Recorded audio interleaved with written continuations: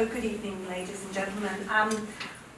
I'd like to begin by acknowledging the traditional custodians of the land on which we meet today, the Wurundjeri people of the Kulin Nation. I pay my respects to elders past and present. I recognise their continued connection to the land and waters of this country, and I acknowledge that sovereignty has never been ceded. And before I start my paper, I would like to thank Charles and Leah for their very generous invitation to present this talk here tonight.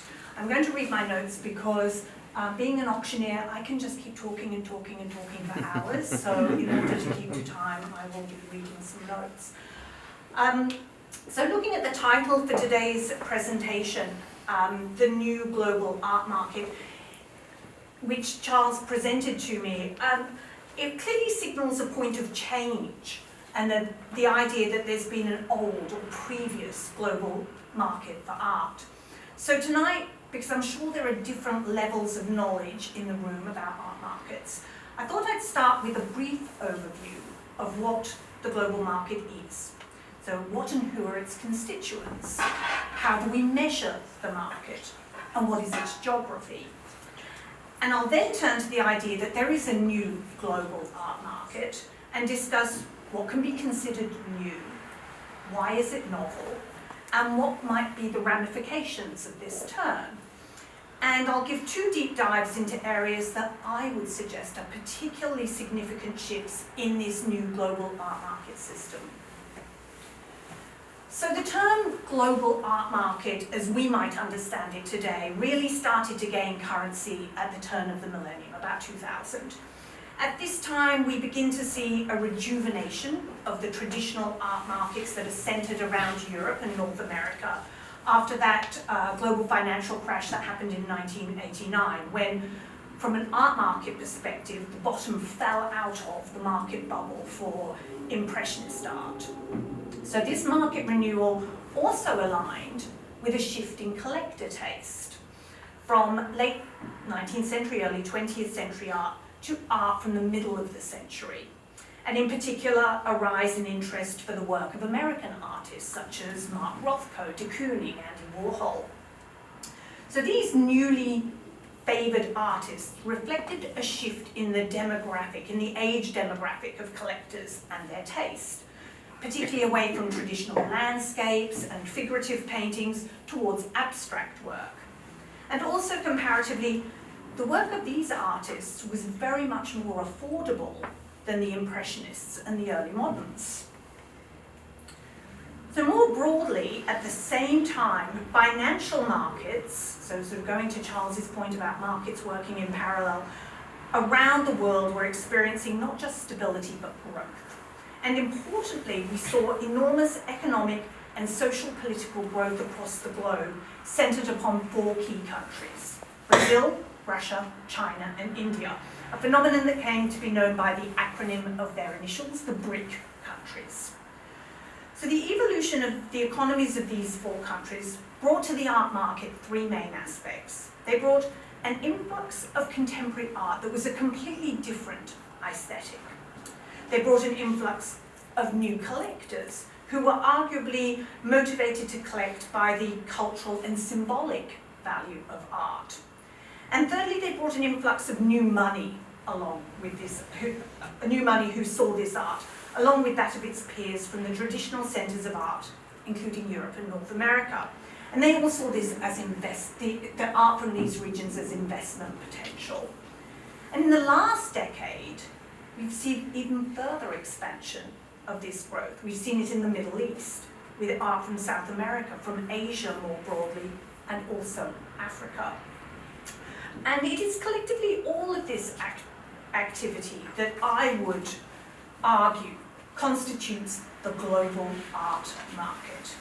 And specifically, I propose that the global art market is predominantly contemporary art.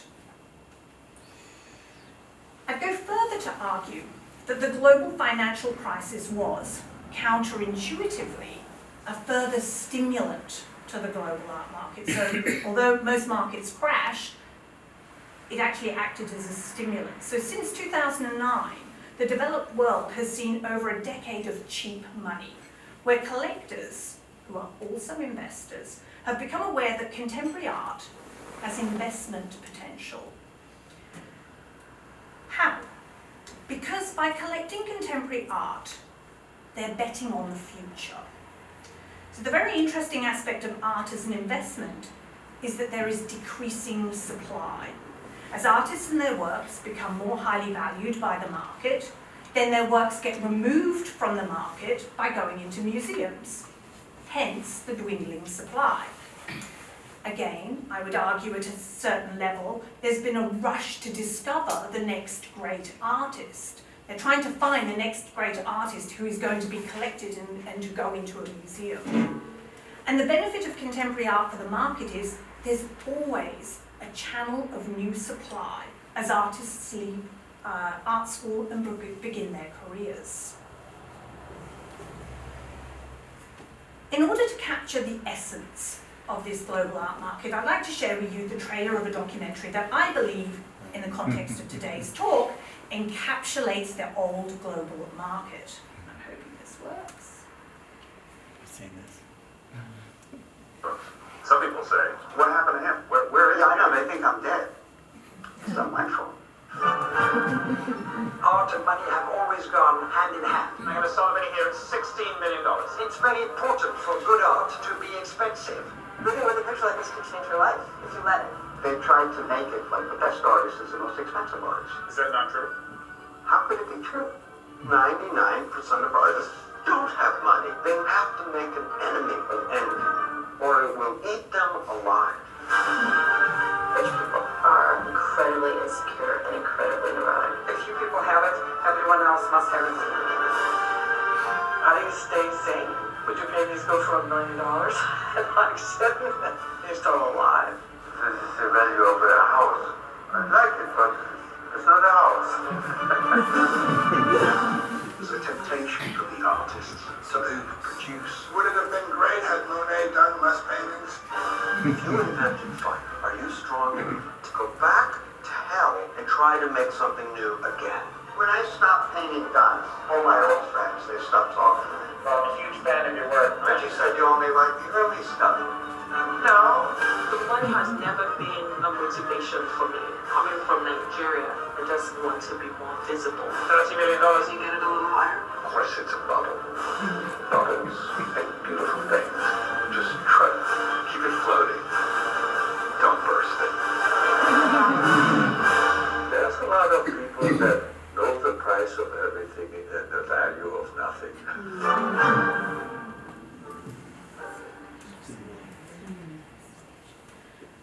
So that last comment made by mega collector Stefan Edlis about art in the context of price and value is particularly pertinent when we think about the global art world today, because contemporary art is inextricably intertwined with the art market and the economic value of art. In considering Stefan's comment in the video, I'd also argue that while most collectors definitely know the price of art, many collectors also know its symbolic value. And by that I mean the social status and cultural capital that art bestows on either the collector or the viewer. I'd suggest that cultural capital is a huge motivator in the mechanics of the art market. The idea that by engaging with art in some form, this locates the people involved with some sort of cultural worth in society, and that although this doesn't have a price, it has enormous value. So this, again, before thinking about how the global art market is new, I think we should just get our heads around the constituents of the art market and what these look like at a global level. So this is a very basic diagram that I use for my students to explain the broader art economy. And as I explain to them, whilst there is often a reluctance to talk about money when it comes to art, and that's a phenomenon that in art market studies we call hostile worlds. We actually have a term for that. In reality, money makes the art world go round. Whether it's the financial requirements of museums to acquire artworks, for them to pay their staff or advertise their programs. Biennales, they need to pay curators and artists, and they've also got to achieve visitor attendance in order to secure ongoing funding, or simply the day-to-day requirements of the artist to acquire raw materials and pay their rent. Indeed, with a little tweaking, this diagram could represent the art world ecosystem that reflects the organic sort of reliance of entities on others to exist and flourish. So when we talk about the art market as distinct from the art economy, we're talking about those places where the financial transactions take place. So the common ones that we think about are commercial galleries, auction houses, and art fairs, all of which are overtly commercial.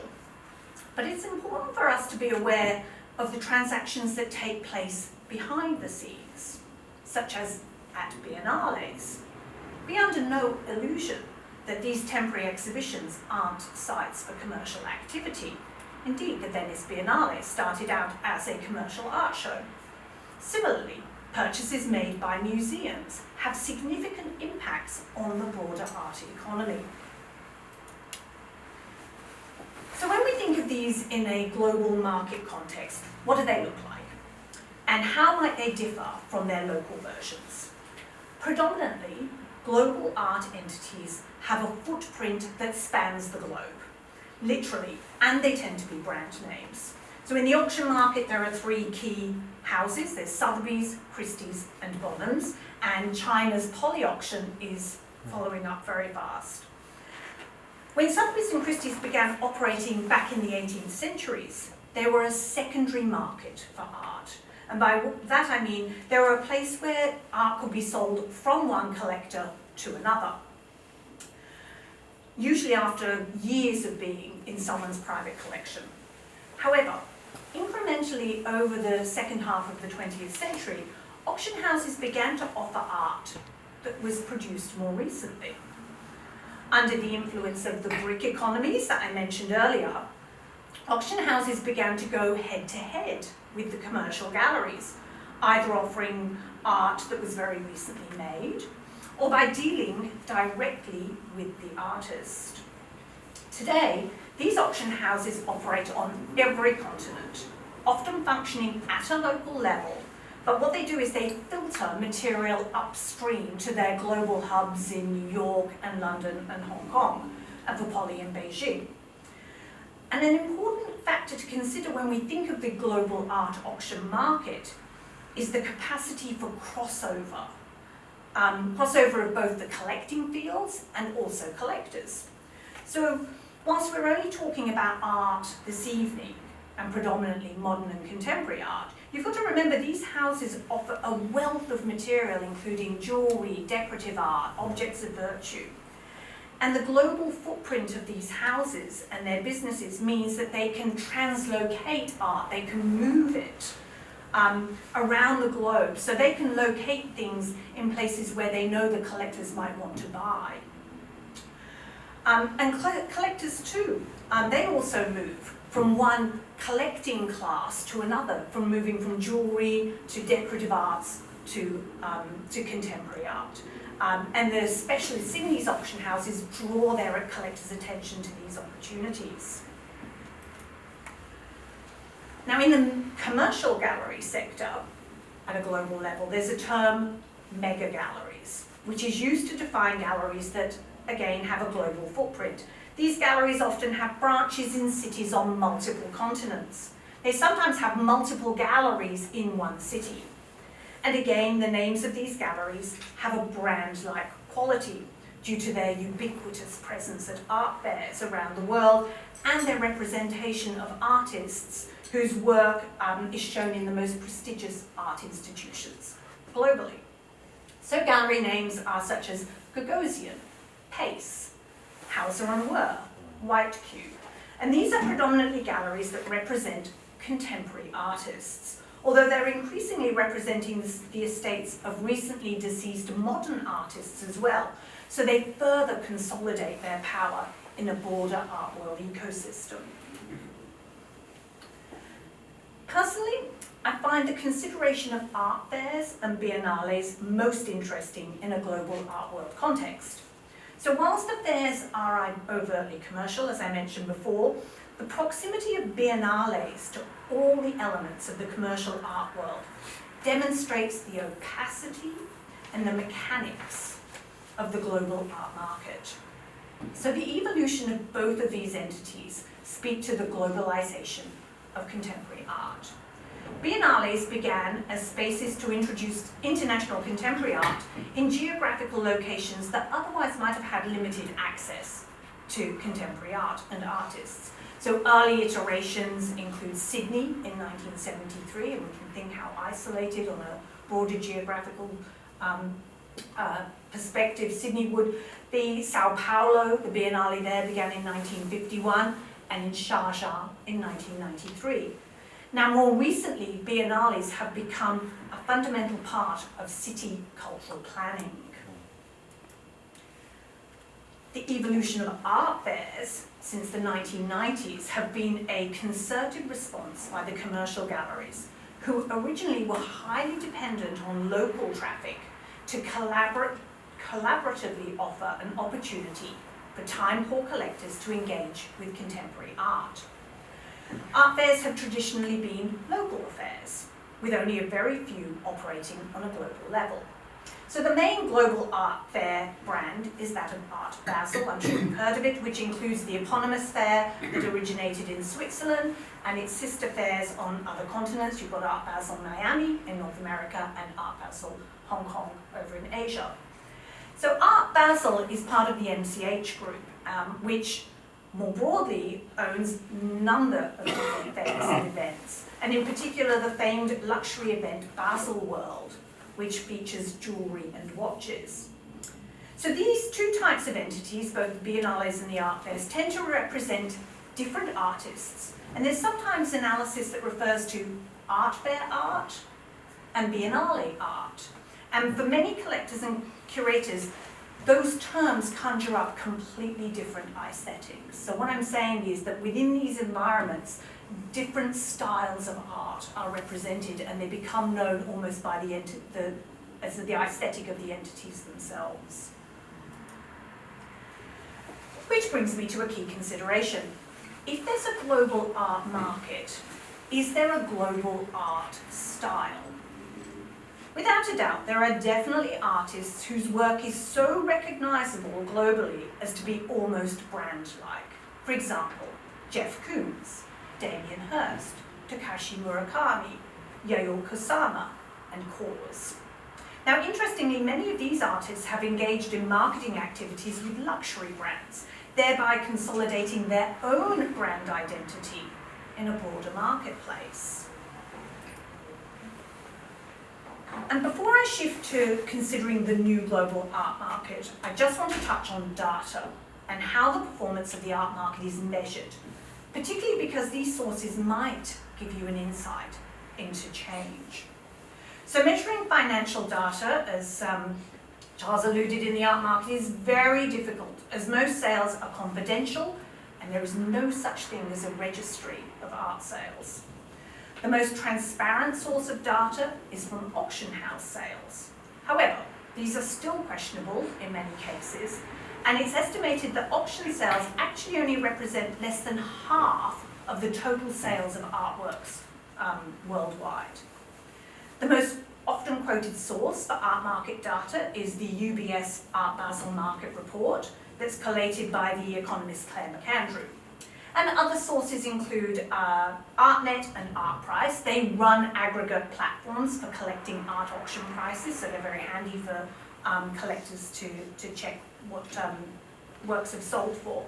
And I'll be using some of the data collected by these sources as I'm talking this evening. So without a doubt, COVID-19 has played a pivotal role in changing the global art market. But I think it's fair to say that questions were already being asked about its sustainability in its current form prior to COVID. For example, the term fatigue was already commonplace prior to the pandemic. The dominance of mega galleries on the institutions was being questioned. And on a personal front, as an auctioneer, I recall conducting a sale for Larasati in Singapore in early 2019, when no one turned up in the room, yet we had a great result through telephone and online bidding. It's very strange. The impact of COVID on the global art market was in parts extreme and unexpected. Initially, the market was hit hard by the clampdown on mobility and sociability, two of the key elements that generate activity and spending. In many countries, the digital engagement of collectors with online purchases was very low, particularly compared to other retail sectors. However, out of necessity, the various constituents that I've talked about, the auction houses, the galleries, switched to a digital means of operating their business with varying degrees of success. So the auction houses were probably the most successful, particularly because they were already engaging with online auctions prior to COVID. The biggest switch for them was the dollar value that people were prepared to spend online, often having only seen an artwork via a digital image. The rate at which that escalated, as you can see in that graph there, was quite extraordinary. The confidence people had to just spend a lot of money online. And also the reach. As people were sitting stuck at home during lockdowns, the global auctions became a source of entertainment. According to Christie's, over 1 million people tuned into their live stream marquee week of sales in 2020. What will be the average before? To tune into an auction sale, maybe 300, 400, 500 people. Yeah, so extraordinary. For the commercial galleries, the picture was mixed. It appears that for those galleries who already had a loyal clientele and could afford to invest a little extra money in technology, such as software to create online viewing rooms and high-resolution digital cameras, the fact that collectors were stuck at home and were focused on their domestic environments had a very positive impact on their businesses. For other galleries, the situation was tougher as they tried to capture the attention of collectors online amongst a plethora of other digital images and information. I'm sure we'll all remember it got to a point where it was quite saturated. A major change that arose through this digital turn was the transparency of pricing in commercial galleries, which may sound a little bit strange. Prior to COVID, it was quite normal for galleries not to display their prices clearly. The argument was that price tags are a distraction to focusing on the art at hand. Now, this has had a dual positive impact. Firstly, galleries found that by surprise, surprise, clearly displaying prices, collectors were encouraged to acquire works that they might otherwise have assumed were more expensive. And secondly, it served to counteract the broader understanding of the art market as being opaque and elitist. Without a doubt, the art fairs had the most challenging experience. As aggregators for commercial gallery sales, the fairs lost their unique selling advantage of convenience, being in a certain place at a certain time. In the digital realm, they lost all the financial benefits of being able to sell physical space to exhibitors and collect ticketed revenue from visitors.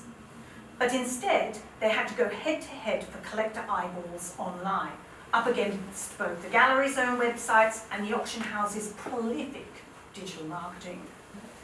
Moreover, for many gallerists, the relief of not having to hop around the world to keep up with the art fair circuit was a welcome reprieve and rest, over and above the large amounts of money they were saving from not participating in these activities. Interestingly, when we consider the great digital turn that the art market operators took during COVID, nothing was particularly revolutionary. In most cases, the art market took its analog operations, such as PDF catalogues or exhibition viewings, and replicated these almost identically online. A notable try was that of Art Basel Hong Kong. They offered hologram dealers to engage with collectors who were unable to travel to the city for the fair. Sadly, I missed that. So we could say it was a turn, but not a revolution. Having said that, as we move into the post-pandemic period, in the new global art market, there's no turning this digital clock backwards. Whilst collectors are enjoying the relative novelty of moving around the world and attending art events, including auction viewings, they're still comfortable in the laborious work of actually buying art through digital means, be that through online auctions, gallery shopping carts, or via digital platforms and social media. Instead, the structures of art market operators has had to shift post-COVID to embrace the new attitudes and demands of collectors. For many art operators, there will be no turning back to paper catalogues or not displaying prices.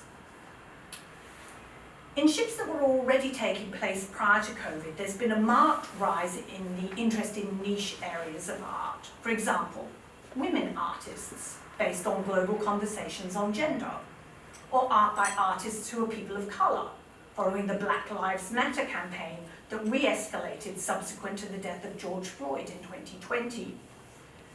The auction houses have been the most nimble to respond to such shifts. After decades of structuring their sales based on chronology and geographical locations, so you'd have a 19th century pictures sale or a Southeast Asian pictures sale, they now focus their sales on specific categories that potentially align with collector interests. Similarly, they've picked up on the extensive role that influencers play in contemporary society by advertising their sales as curated by specific well-known individuals. On the other hand, many aspects of the global art market have resumed previous programming post-COVID, and it'll be interesting to see how long this can continue. Greece is back in Seoul. Many of the mega galleries continue to open even more spaces with even larger footprints. And whilst a small number of key art fairs have closed down, most of the others are resuming their business operations at near pre-COVID levels. Now, bearing in mind the fact that these businesses were struggling prior to the pandemic, I wonder how sustainable they might be once the novelty of getting out and about has worn off. In terms of the overall volume and value of global art market activity, we see a stable growth in the value of artwork sales over the last decade. Oh, hang on 1 second. Yes. Economist Claire McAndrew has identified that this growth aligns with the growth of high net worth individuals worldwide.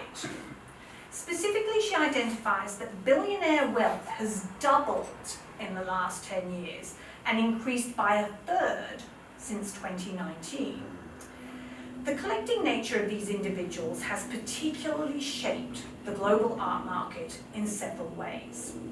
Through the growth in private art museums, through the favouring of a small group of artists, and through the pursuit of very young, emerging artists, to name but a few. Embedded in this data is another important global social shift, the overall shift to a collector demographic of millennials and Gen Z. As McAndrew notes, these collectors have a distinct aesthetic and attitude to art and collecting. The impact of this collector shift is complicated by the notion that over the next decade or so, there'll be an enormous shift of wealth from baby boomers. What will be the impact of the displacement of their collections into the market taste? And how will these artworks be absorbed into the market if tastes have changed? As well as a change in demography, the new global art market is witnessing a shift in geography. As I noted earlier, for the past 50 years, the key global hubs for the market have been New York, London, and more recently Hong Kong. However, in a post-Brexit world, it appears that London is losing its shine and that France is beginning to grow in its place. This shift is being driven by the primary market, so the commercial galleries, as a large number of mega galleries have opened in Paris in recent years. And very recently there's been a growth in the art fair industry in the country. I think we'll see greater movements in this chart in the next few years. Similarly, the dominance of Hong Kong as the global hub for Asia is being challenged. More specifically, due to the extended lockdown of its borders for COVID control, and more broadly, through increasing state interference from China, particularly censorship and market regulations. So this has led to a frenzy of activity in the region in the aim to replace Hong Kong's mantle, and with it assume the focus of being a global cultural capital. So the front runner at this stage, and we saw the art market advertised earlier, is Seoul, with Tokyo and Taipei following close behind. While Singapore has long been mooted to be Hong Kong's successor, its very high import and export taxes, its lack of a domestic collector base, and an increasing regime of censorship has meant that many state initiatives, and the state is very strongly supportive of the art market in Singapore, that these initiatives have failed in recent years. So in particular, there's no quality art there has been able to be sustained in Singapore. The Gilman Barracks Art Precinct is a shadow of its former self. And the Freeport, the Singapore Freeport, has been sold recently at a major financial loss. So as I noted at the start, I'd like to take a closer look at two specific areas of the new global art market. Firstly, of course, no conversation about the new global art market will be complete without discussing the phenomenon of NFTs and digital art. So the emergence of this market was an unforeseen consequence of the COVID pandemic and the shift to online activity. Now, digital art is not a new genre, having its roots in computer and internet art in the 1950s. The seminal market moment occurred on the 11th of March 2021, when the prestigious auction house Christie's sold Mike Winkelmann, aka Beeple's, digital artwork every day the first 5,000 days. And they sold it as a non-fungible token, or NFT as they're commonly named, for, and the price was US dollars 69,346,250 US dollars. Now, at this point in time, this represented the third highest price ever achieved at auction for a work of art by a living artist. The sale generated headlines around the world, which predominantly analysed the results through the lens of value. How could a work that had no physical or material form achieve such a high price? And more specifically, what on earth was an NFT? So, actually, I'll just go back for a second. Responding to these questions, an NFT is the proof of ownership that is attached to a digital asset, and it's locked into the global digital database mechanism of the blockchain. So it's just the proof of ownership. It's this digital register on the database called the blockchain. That's what an NFT is. Now, the two concepts have been merged to be referred to as NFT art. In fact, NFTs represent a useful mechanism for creating a market for the genre of digital art. Because prior to NFTs, digital artists have not been able to take advantage of art market opportunities that have been the privilege of contemporary art and artists over the past 2 decades. So how has this market emerged? In fact, it emerged in a very similar way to the markets that emerged for the brick art in the early 2000s. Essentially, it was predominantly generated by the ongoing efforts of a network of art world mediators, and particularly in this case, the global auction houses, who jettisoned awareness of this genre and facilitated a market mechanism for purchase supported by a global brand. And also, as with brick art, the moment in time has also been important. So this boom occurred in conjunction with a boom in cryptocurrencies during a time when many people around the world were stuck at home on the computers due to a global pandemic. So predominantly, the NFTs have entered the art world and its market from the opposite direction to contemporary art. Rather than entering the market through the filter of commercial galleries and museums, NFTs have been presented via peer communities of artists and collectors. And they do that through new mediators in the form of digital platforms. You will have heard of OpenSea and Nifty Gateway, or through the trusted traditional institutional mediators of the auction houses.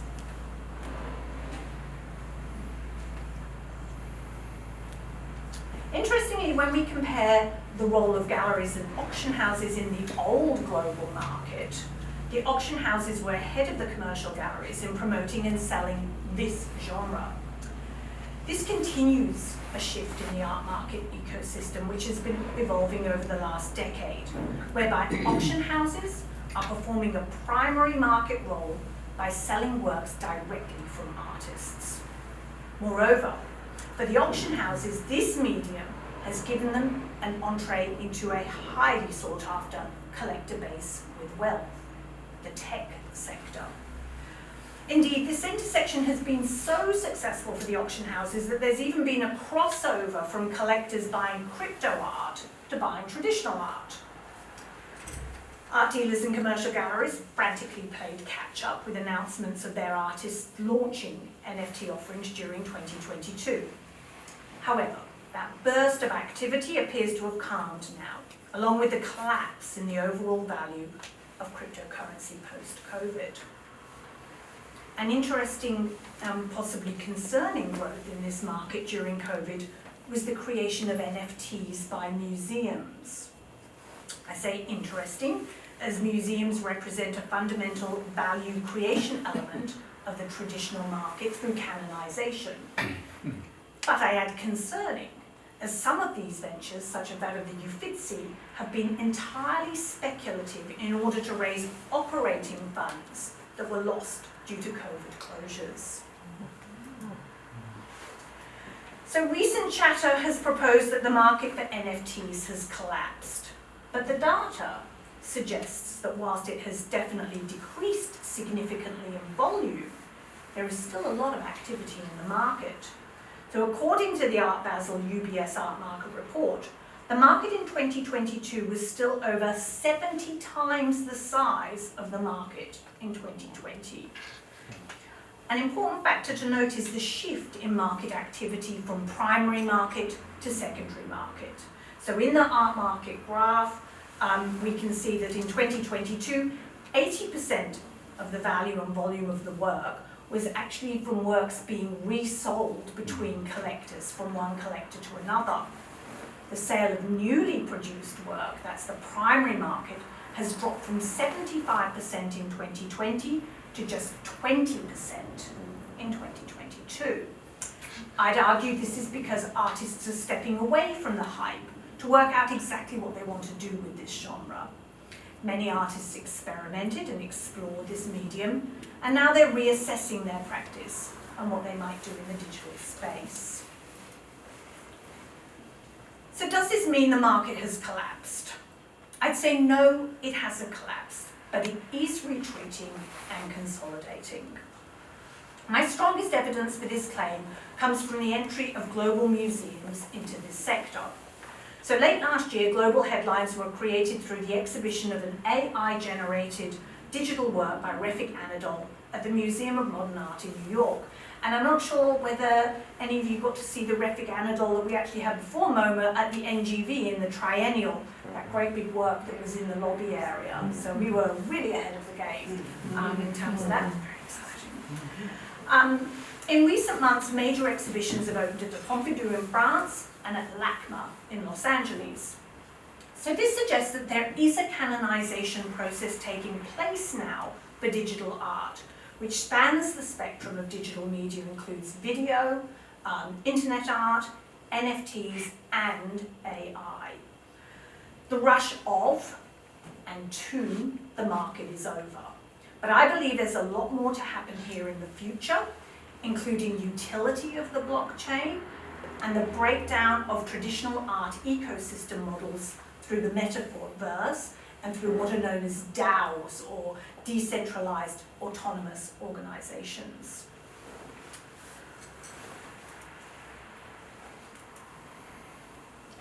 Another aspect that I want to take a deeper dive into when thinking about the new global art market is the concept of well-being, particularly in the context of the impact of the pandemic on the mental health of people worldwide.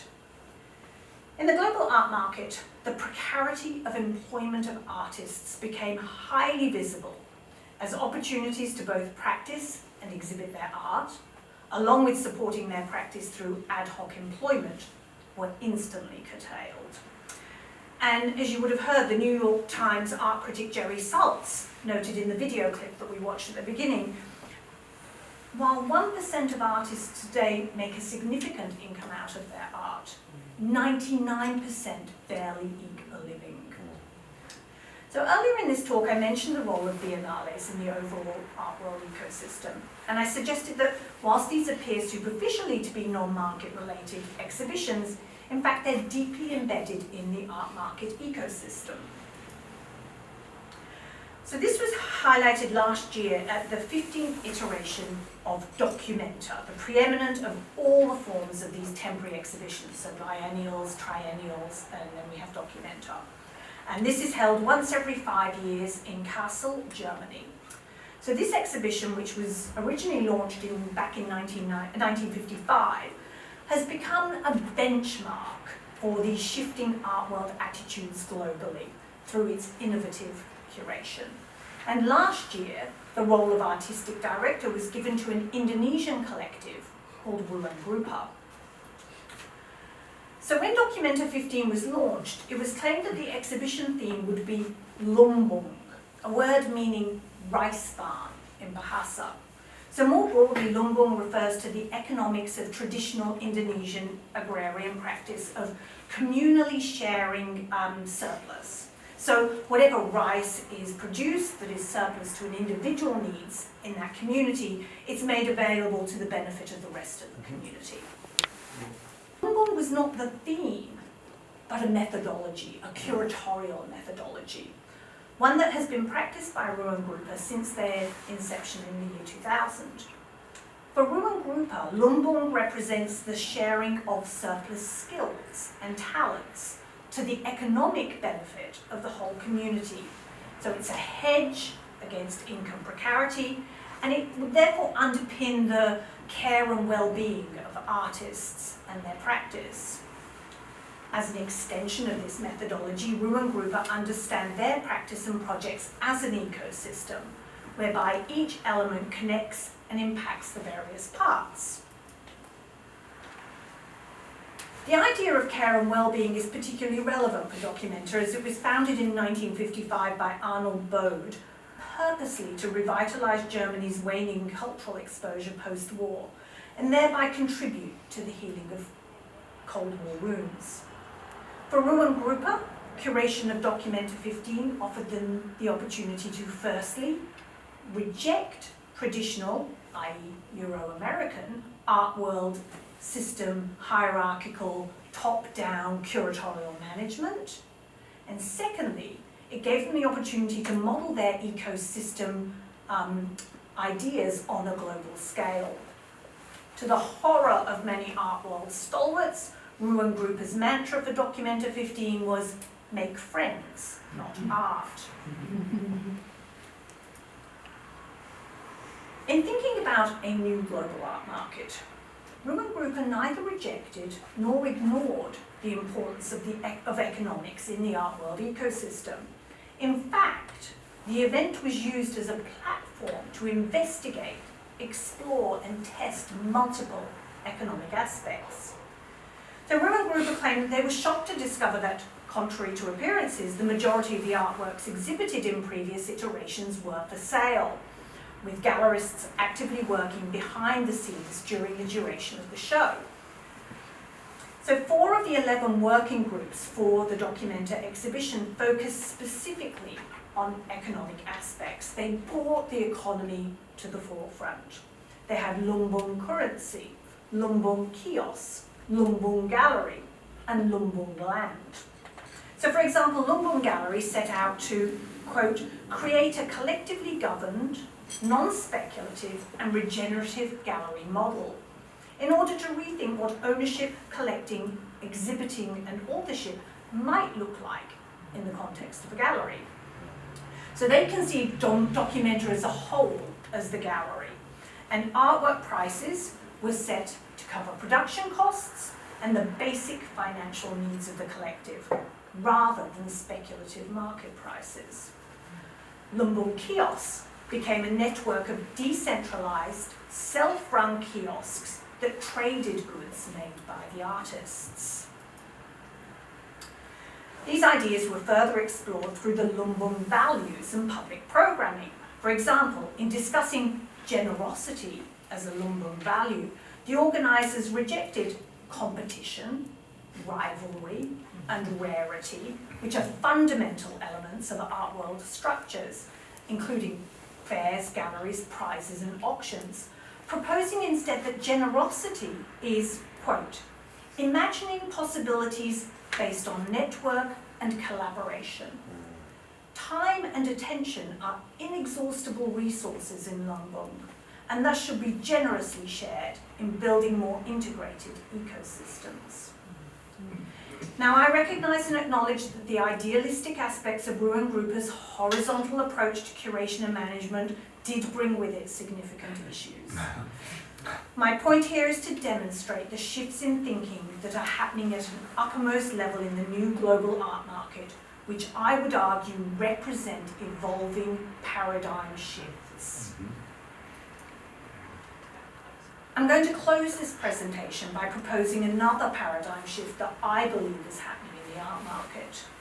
And I think we're seeing this play out in other economies too, and it represents a key moment in time. I believe that the confluence of the end of cheap money, along with a dramatic realization of the true impacts of climate change, the global art market may be disappearing, to be replaced by local or regional markets.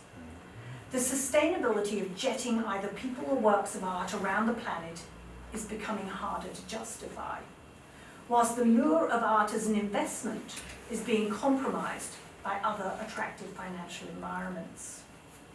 Supporting and caring for our local artists is an important cultural responsibility.